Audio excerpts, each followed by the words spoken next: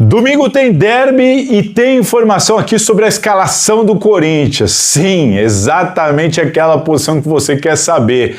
Vou falar sobre isso e muito mais sobre o Coringão, uma semana cheia de informação, então bora rodar a vinheta sem mais delongas e vamos para as informações.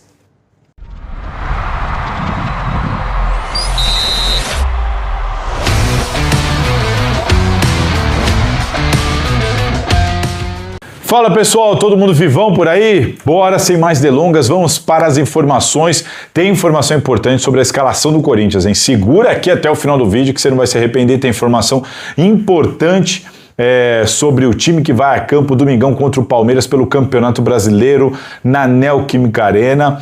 Mas antes, vamos começar falando de coisa boa, tem notícia boa, aproveita para se inscrever antes de eu começar aqui, se inscreve aqui no canal, estamos chegando perto da barreira de 20 mil inscritos em menos de 2 meses. Muito obrigado para todo mundo que está acompanhando, o canal não para de crescer, apesar dessa correria, de eu não conseguir gravar como eu gostaria, mas vamos que vamos então, sem mais delongas, vamos para as informações, começar falando sobre a discussão na justiça que o Corinthians tem tido com o Juliano Bertolucci, né, principal empresário brasileiro do mercado internacional.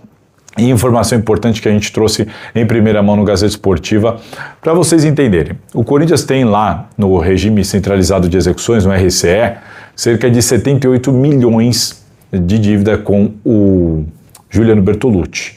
E o Corinthians, em 2 ações diferentes, questiona parte deste valor. O Corinthians entende que sim, deve ao Juliano Bertolucci, mas que não esse valor de 78 milhões. O Corinthians questionou 6 milhões, primeiramente, numa decisão de primeiro grau que veio desfavorável ao Corinthians, mas que o Corinthians vai recorrer e entende que tem possibilidade de reverter isso. E em outra alçada, o Corinthians conseguiu, em decisão de primeiro grau, anular, ou um termo bom para a gente usar é suspender, já que é uma decisão de primeiro grau e terá recurso, o Corinthians, nesse momento, suspendeu 22 milhões de reais. Não é pouca coisa. Desses 78, o Corinthians entende que, olha, eu devo para o Juliano Bertolucci, mas não é 78 milhões de reais. É menos que isso. Por quê? Porque tem cobranças ali de juros compostos, a história de juros sobre juros, que no Brasil, no entendimento de que isso é inconstitucional, o Corinthians está levando essa história dos juros sobre juros, dos juros compostos, para a discussão da justiça, para readequar ou para rever o valor devido ao Juliano Bertolucci. E nessa decisão de primeiro grau, o Corinthians teve sucesso.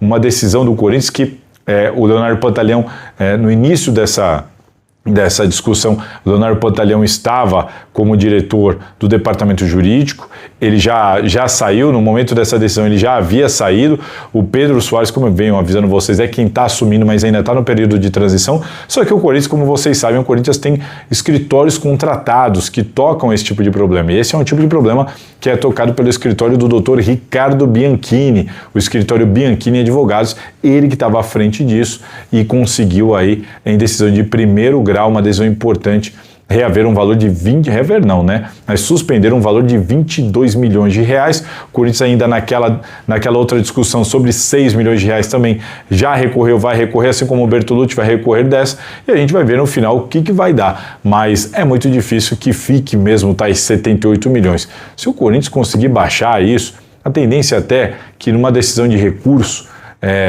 não sei se o Corinthians vai conseguir manter a suspensão de 22 milhões, mas ele pode pelo menos ter a causa ganha, só que com um valor reajustado, que o Corinthians baixe isso daí de 78 milhões para 60 milhões, 50 milhões, 55, 65, não sabemos, mas tudo, é dinheiro, é bastante dinheiro, então é importante aí essa luta do Corinthians, uma boa notícia que veio nesse meio de semana para a gente.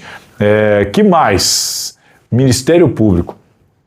O Corinthians sofreu uma série de reclamações sobre pessoas que dizem que estavam com dificuldade de comprar ingresso e acessar a Neoquímica Arena, que não tinha verificação em 2 etapas e tudo mais na hora de você adquirir o ingresso. Houve uma demanda muito grande de reclamações nesse sentido. Por isso, o Ministério Público questionou o Corinthians, o Ministério Público decidiu entender e apurar essa situação, e a boa notícia é que o Ministério Público arquivou todas essas reclamações, esse problema sobre Neoquímica Arena, a resposta do clube mostrando que houve a implementação do reconhecimento facial, que após isso praticamente todos os problemas foram sanados. O Ministério Público ficou satisfeito com a resposta, arquivou o caso, um problema a menos para o Corinthians.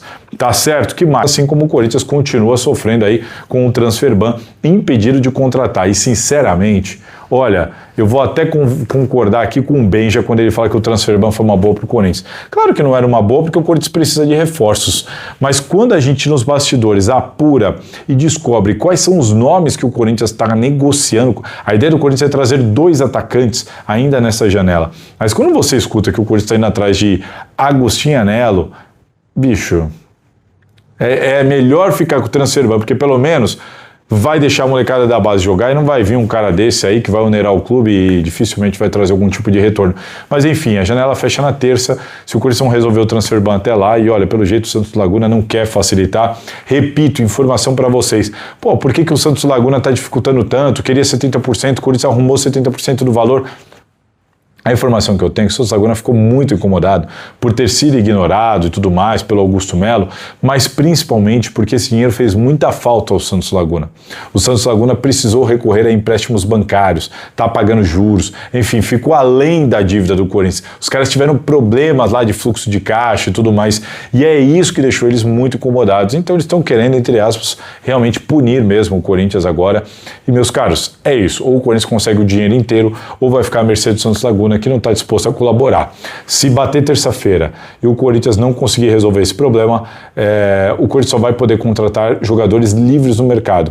O Corinthians não vai poder contratar nenhum jogador que tenha contrato com algum time. Só jogadores que ficarem livres, sem contrato nenhum, que poderão vir para o Corinthians depois de terça-feira. Vamos aguardar e ver no que isso dá. Ainda tem a dívida com o Memphis Depay, enfim, vocês sabem que o Corinthians está devendo para o Memphis Depay 11 milhões das premiações, dia 9 de setembro vence cerca de 12 milhões de reais, porque são 2 milhões de euros sobre as luvas, e o Corinthians tem a grana aí, que vai vir da Nike, cerca de 25 milhões, que parece que já caiu essa grana, veio 14 milhões também lá por causa do Cauê Furquim, que foi para o Bahia, e tem outras questões aí que o Corinthians pode pingar uma grana do Pedro, já vou falar sobre isso, mas o Corinthians tem situações emergenciais, porque está para estourar o caso do Rojas, estamos falando de 40 milhões de reais, está para estourar o caso do Garro, enfim, o Augusto Melo falou tanto dos seus antecessores, saiu contratando um monte de gente a preços absurdos, 40 milhões no Félix Torres, preços absurdos, saiu contratando um monte de gente, meteu uma cláusula no caso do Rojas, o cara foi embora, acionou, e tá tudo para estourar. Então, assim,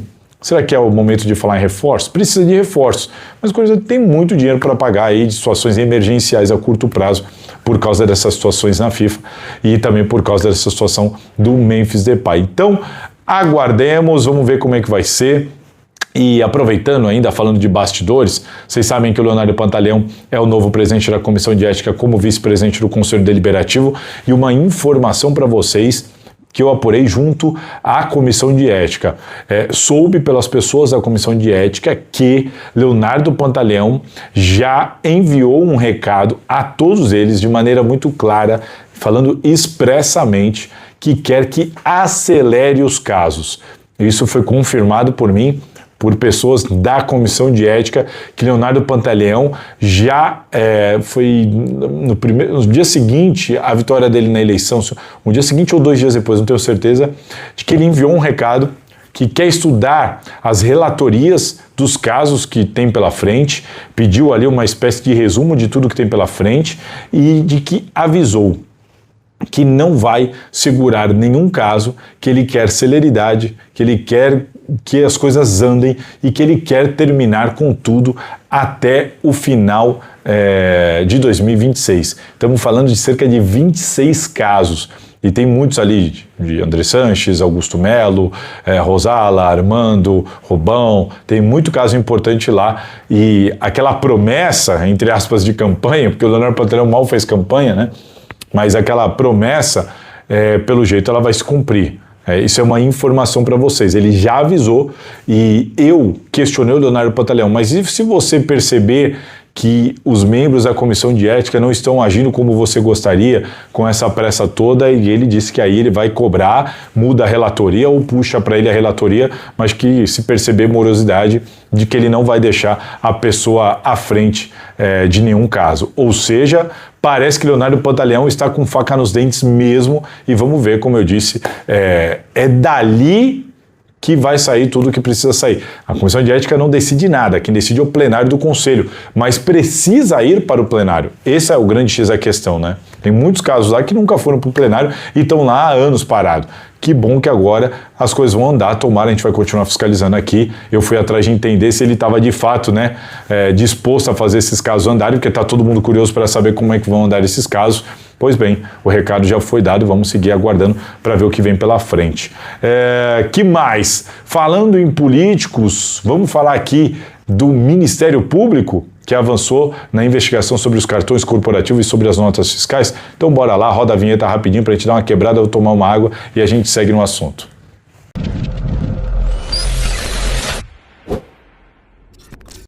Bom, o Ministério Público segue investigando essa situação dos cartões corporativos do Corinthians e as notas fiscais e tudo mais, enfim, basicamente o envolvimento dos ex-presidentes do Corinthians nisso tudo.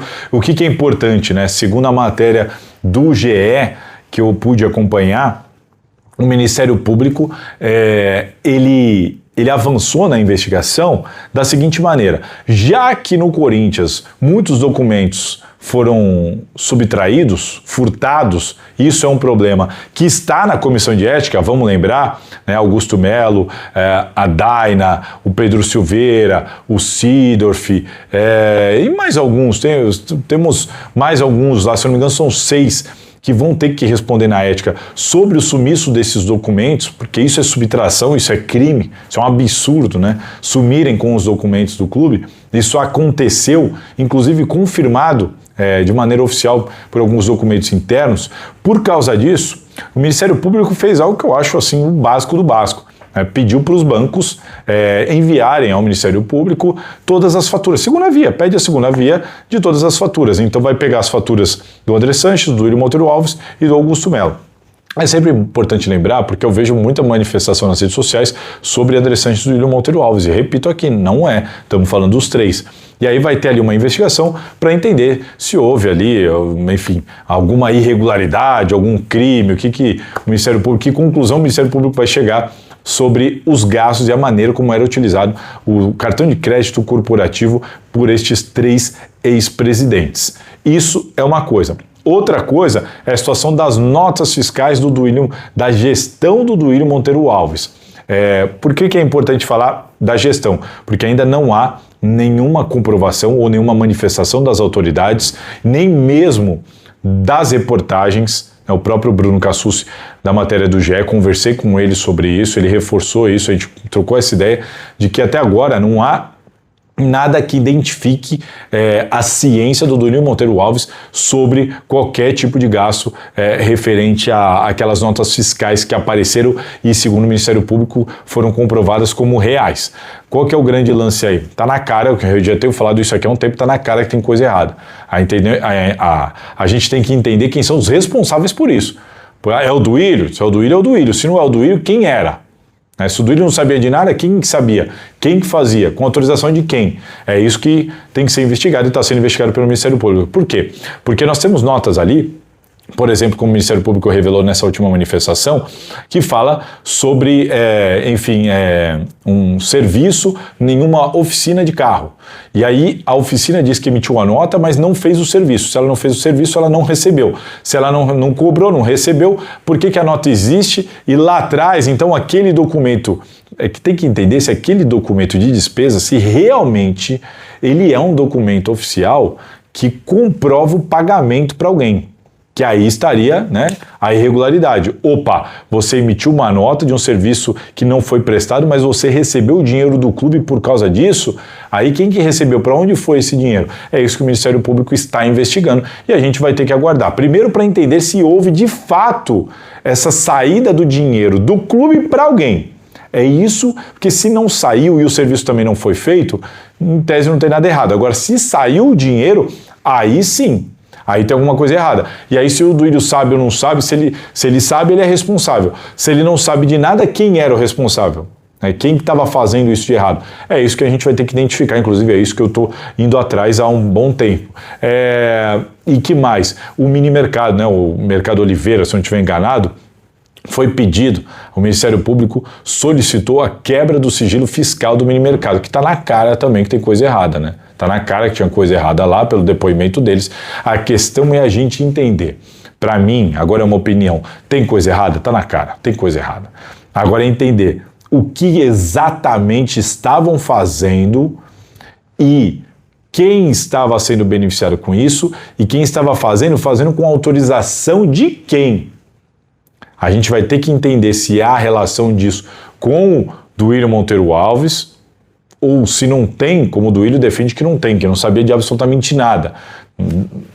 Pode ser que sim, pode ser que não.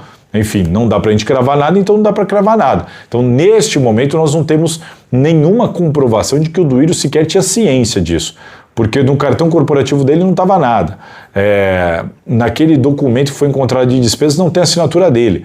Então, será que isso estava sendo feito sem a ciência dele? A gente vai ter que aguardar para descobrir. Agora, independentemente disso, o que é um lance importante aí? É entender, e a busca do Ministério Público, eu acho que dos jornalistas também, quem eram os responsáveis e quem estava se beneficiando disso e quem estava autorizando isso. É aí que pega a história. E vamos ter que aguardar aí as investigações para ver para onde elas vão e o que elas vão descobrir. Que mais?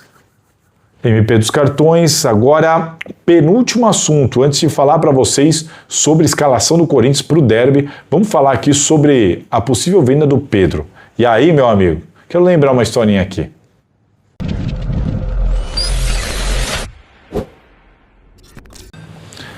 Bom, bora lá falar então dessa possível venda do Pedro. Antes, rapidinho, informação do André Costa no site da Gazeta Esportiva que eu quero aqui falar para vocês. Renovações de Guinegão e de Gustavo Henrique, de fato, muito bem encaminhadas, tá? O Guinegão tem contrato aí até junho de 2027. Tendência é que o vínculo seja estendido por 5 anos. Ele tem 18 anos, já tem uma multa internacional de 100 milhões de euros. Então, quanto a isso, aparentemente, parece que vai dar tudo certo.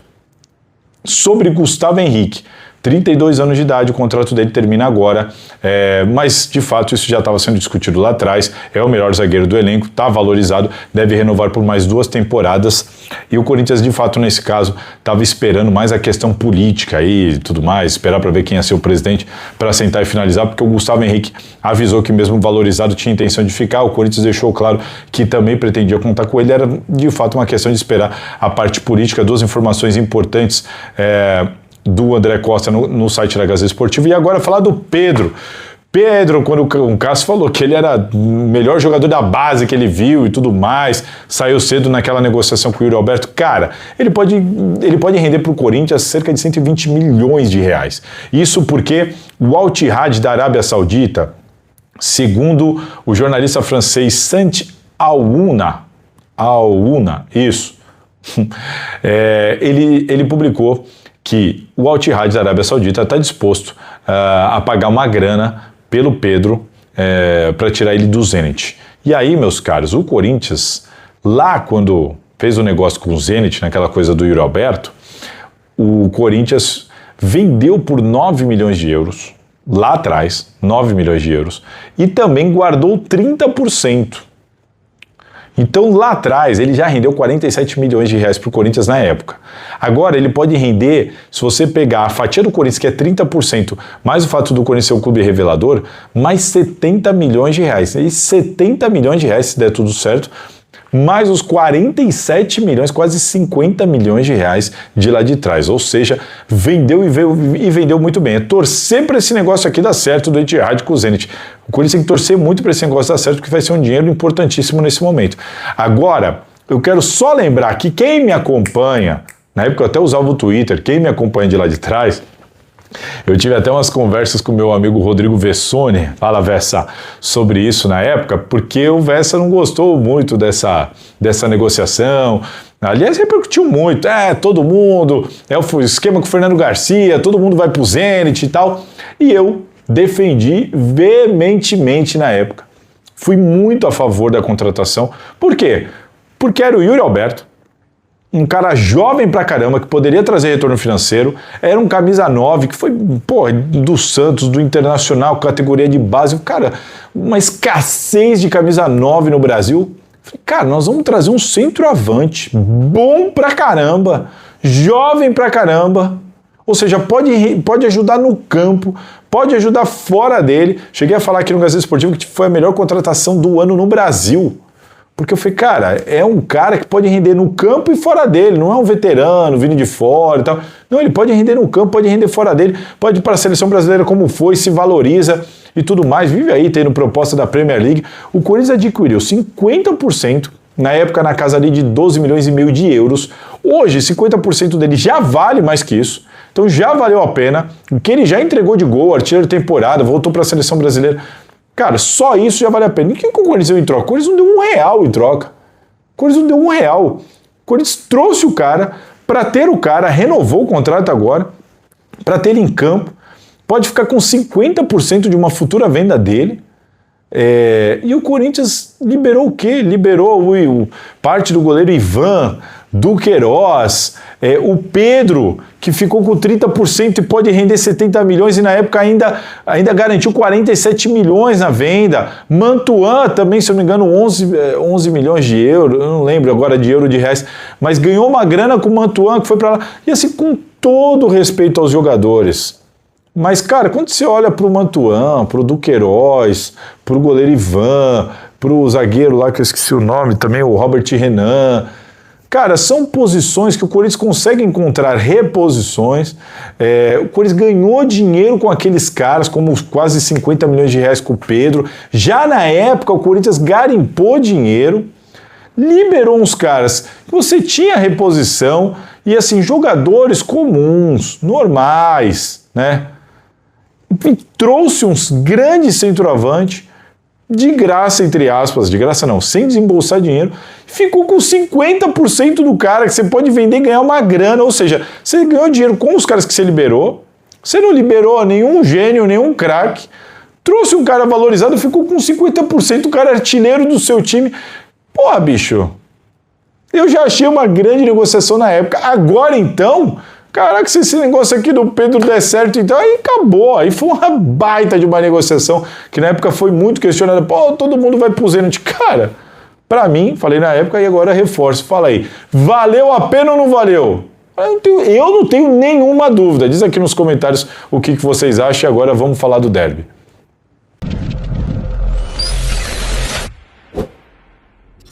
Meus amigos, domingo tem derby, o 7º derby desse ano. O Corinthians até agora só perdeu um. Campeão em cima do Palmeiras, eliminou o Palmeiras na Copa do Brasil nas oitavas, ganhou os 2 jogos no Allianz Parque, perdeu só um jogo que foi lá na Arena Barueri pelo primeiro turno do Brasileirão. Agora joga na Neoquímica Arena, em casa pelo Brasileirão, onde o jogo vale muito mais para o Palmeiras do que para o Corinthians. Palmeiras brigando pelo título, o Corinthians brigando só para sair daquela zona meio chata, intermediária, subir um pouquinho mais, dar um respiro, ganhar um embalo. O foco, claro, é na Copa do Brasil, mas é o derby fala por si só, ele é mais importante do que as competições. E o Corinthians, vou falar uma coisa para vocês aqui. Eu não sou engenheiro de obra pronta, eu defendi o Dorival antes, porque eu vi o trabalho dele funcionando até com o time perdendo. Agora, a gente está vendo fruto daquilo que eu falei lá atrás, né? O time estava jogando bem, o time agora está jogando bem, conseguindo resultado, o que é fundamental e importante. Valorizei o fato de que ele está conseguindo resultado cheio de desfalques. E, bicho, com os desfalques que ele tem, se ele fizer o Corinthians jogar bem e vencer o Palmeiras, que é o arquirrival, é o maior clássico, está brigando pelo título no Brasileirão, e o Dorival, com os desfalques que ele tem, pegar esse adversário, esse jogo e conseguir vencer, vai ganhar moral pra caramba e merecidamente. Para esse jogo, o Palmeiras vem completinho. A dúvida é só se o Murilo joga com o Gustavo Gomes ou se joga o Fux ali. No mais, deve ser o Everton. Giai deve jogar na direita, na esquerda Piquerez. O meio campo deles deve ter o Lucas Evangelista, o Aníbal, Maurício, Felipe Anderson, Vitor Roque, Flaco Lopes. Esse deve ser o Palmeiras que vai pegar o Corinthians. Corinthians, aí vem a informação. Primeiro, catarinense Ramon Abate Abel apita o derby. Você gosta? Diz nos comentários. Eu não gosto. meio, não sei o que, dos sinais lá. Não gosto muito do Abate Abel, não. E qual que é a grande novidade do Corinthians? Primeiro, que o Yuri Alberto deve ser relacionado. Impressionante. Cara, impressionante a recuperação desse cara da hernia inguinal. Não tem nenhum mês. Impressionante. Nem o Hugo conseguiu uma recuperação tão rápida, nem o Gustavo Henrique, enfim, nem a minha irmã, Karina, que está ainda se recuperando, também sofreu com esse susto, teve que fazer também a cirurgia da hernia inguinal agora recentemente aí. Cara, impressionante. O Yuri Alberto apareceu no treinamento, chutando, correndo, muito provavelmente vai ser relacionado. Guinegão titular e Yuri Alberto para o segundo tempo, se precisar. Essa é a tendência. Memphis Depay deve ser titular para esse jogo. E cara, qual que é a informação que eu quero dar para vocês? Eu tive a informação nessa sexta-feira de que o Dorival Júnior não vai escalar o Félix Torres. Ele vai bater esse martelo no sábado. Amanhã, no caso. Estou gravando esse vídeo na sexta tarde. Ele vai bater o martelo no sábado. Mas a tendência, pelas conversas que ele teve, é de que o Félix Torres está sentindo a pressão, ele está perdendo a confiança. Houve até um relato para mim de que falou, o Félix jogou assim contra o Brasil e contra o Uruguai pelas eliminatórias na seleção, mas no Corinthians ele se transforma e não consegue atuar daquele jeito. Tem muita gente que está achando que ele está sentindo a pressão, que ele não está conseguindo desempenhar o futebol que ele pode desempenhar, que ele ainda está meio desanimado com tantas críticas.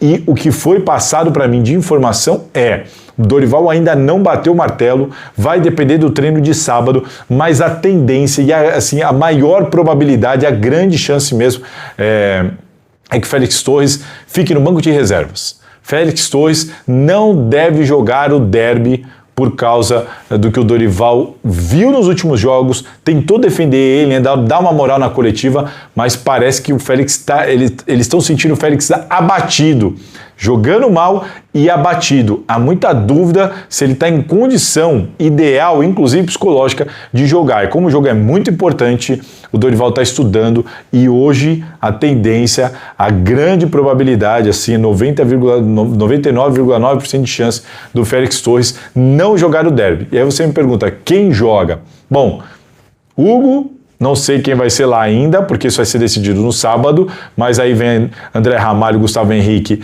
e Henri Leri, aí vem Ranieri, Breno Bidon, Maicon, Rodrigo Garro, Memphis e Guinegão. Este deve ser o time, mas será que o Vitinho não pode aparecer nesse time? Não sei. Pode ser que apareça um Vitinho? Pode ser que apareça um Vitinho. E lá na direita, no lugar do Mateuzinho, que sentiu a coxa, mas pelos exames, ainda bem, né? Não é nada grave, aparentemente é só um edema, normalmente 15 dias, né, fazendo um fortalecimento, um trabalho ali, ele deve perder esse jogo, deve perder mais um jogo e voltar depois, mas deve ficar aí pelo menos uns 10 dias cuidando, fazendo um fortalecimento, ou pelo menos uma semana, vamos aguardar, mas a tendência é que vá o Charles lá na direita. Ele já fez essa função e é um jogador que tem velocidade, pulmão, corre muito. Já que não tem tanta técnica, mas sabe marcar e consegue correr bastante para fazer esse corredor, é grande a possibilidade do Charles ser escalado por ali. Não duvido do Ranieri ser puxado para fazer uma linha de 3 e de repente liberar mais um Charles, ou segurar ele junto com o Ranieri para liberar o Henri Leri, que é um lateral de fato. Não duvido dessa possibilidade. Ou então até mesmo uma linha de 3 com o Charles fazendo essa linha de 3 e liberando mais o Henri Leri do outro lado. Por quê? Porque nos últimos jogos o Dorival encontrou uma maneira do Corinthians jogar, uma maneira especial do Corinthians jogar, onde os laterais aparecem demais, né? Tanto o Mateuzinho quanto o Bidu construindo e também para finalizar a jogada, para dar o último passe dentro da área. É complicado, porque você perde seus grandes jogadores, seus principais jogadores, muda a maneira de jogar, encontra um outro jeito de jogar, e agora você tem que ir para uma terceira solução. Porque, não vou ter o Yuri Alberto, não tenho o Carrilho, mas eu encontrei uma maneira de jogar interessante, puxando um terceiro homem para trás e liberando os laterais. Aí você perde os dois laterais. Aí, ou seja, o Dorival vai ter que reinventar, né? Vai ter que mudar o Corinthians de novo para uma terceira maneira de jogar. De repente, segurando mais um Charles aqui, ou um Félix, mas deve ser o Charles, liberando mais o Henri Leri, ou segurando mais o Ranieri, liberando o Henri Leri, liberando um Charles do outro lado. Cara, é impressionante. E olha, se o Dorival conseguir fazer esse time jogar assim, com uma terceira fórmula, e todas por necessidade, ele vai ganhar muita moral e vamos ver o que ele vai ter que aprontar, porque alguma coisa ele vai ter que tirar da cartola, porque o Palmeiras é um grande adversário, vive boa fase, tanto na Libertadores quanto no Brasileirão, é um time encardido, sabe jogar fora de casa, é o melhor visitante disparado do Brasileirão. Aguardemos, prevejo um jogo difícil. Palpite, para encerrar aqui o vídeo de hoje, acertei o último jogo, hein? Tá com uma cara de empate, mas ó, tá com uma cara de empate. Mesmo assim, eu vou botar fé no Dorival, na fase do Guinegão, 2-1 Corinthians, na Neoquímica Arena, tá registrado. Vamos ver no pós-jogo do Salazar. Valeu, se cuidem, aquele abraço. E aí, curtiu? Bom, já deixa aqui nos comentários então a sua opinião, se inscreva e compartilhe esse vídeo. E ó, fica de olho, porque sempre vai ter conteúdo interessante para você aqui na Salazar TV.